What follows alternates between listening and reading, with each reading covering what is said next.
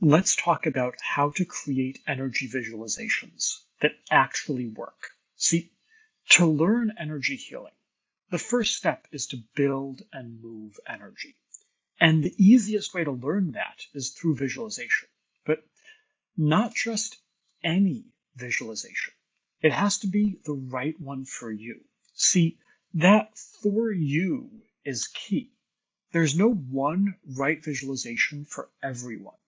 To truly move energy, you need a visualization that's aligned to your unconscious mind. This series is going to walk you through creating that visualization. It's based on years of teaching students and then testing their results with blindfolded energy games. I'll share why most visualizations don't work for most people, why the best energy visualizations are personal to the individual, and how to create an effective energy visualization just for you. But before we jump in, just what is energy? What is this thing that we're going to be learning to direct and move and work with? See, the word energy can refer to a variety of phenomena. We might say, wow, this party has great energy. And we don't mean that an energy healer set a field of chi throughout the house, right? We mean that like the music is good and the people are happy and I feel excited. We're using the word energy to talk about emotion. We might say, what a crazy day at work. My energy was pulled in a dozen different directions. And we don't mean that our coworkers were tugging on our chi. We mean that our focus was split between meetings and calls and interruptions. We're using the word energy to talk about attention. And then energy can also refer to the subtle energy that's produced by all living cells. In the East, this would be called chi or ki or prana.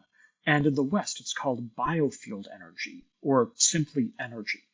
And when I write and when I make videos, I always try to use the word energy to refer to that subtle energy produced by cells, chi, and to use other words like attention or emotion to refer to those other phenomena. I think that as a teacher, it's important to be clear in my language.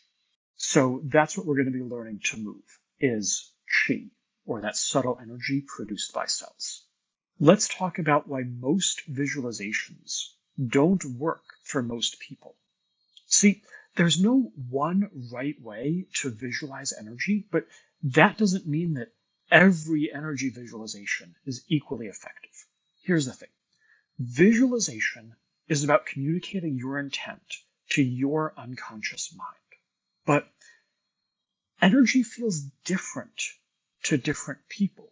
To me, it feels like a gentle tingling.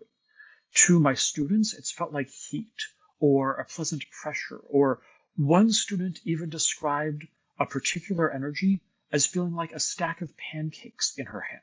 Now, I have no idea what that means, but it meant something to her, and that's what matters. See, those sensations are the symbolic language of the unconscious. They're how that person's unconscious represents energy or represents that particular type of energy.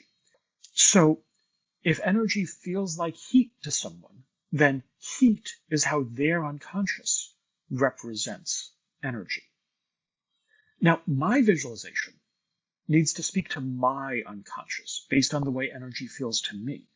But your visualization needs to speak to your unconscious based on the way energy feels to you. And I know this from years of blind testing with my students and seeing what actually produces energy and what only produces sensations.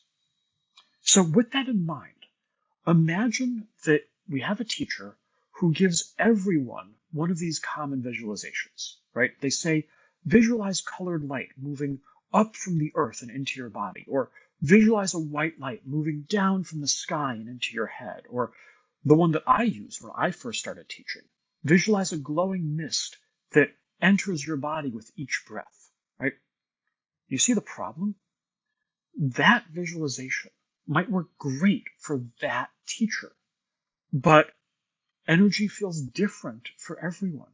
So that visualization probably doesn't match how most of their students experience energy. Now, here's where it gets tricky. If the student expects to feel tingling, they probably will. That's how expectations work, especially for subtle sensations. And if the student breathes deeply, they'll also feel tingling due to hyperventilation. That's just one of the side effects of breathing deeply and getting excess oxygen in your body. But that tingling won't be energy. And for most students, that visualization won't build energy. In order to create energy, the student needs a visualization that matches their unconscious. And when the teacher gives you a visualization, it's the language of the teacher's unconscious, not your unconscious, and that's the problem.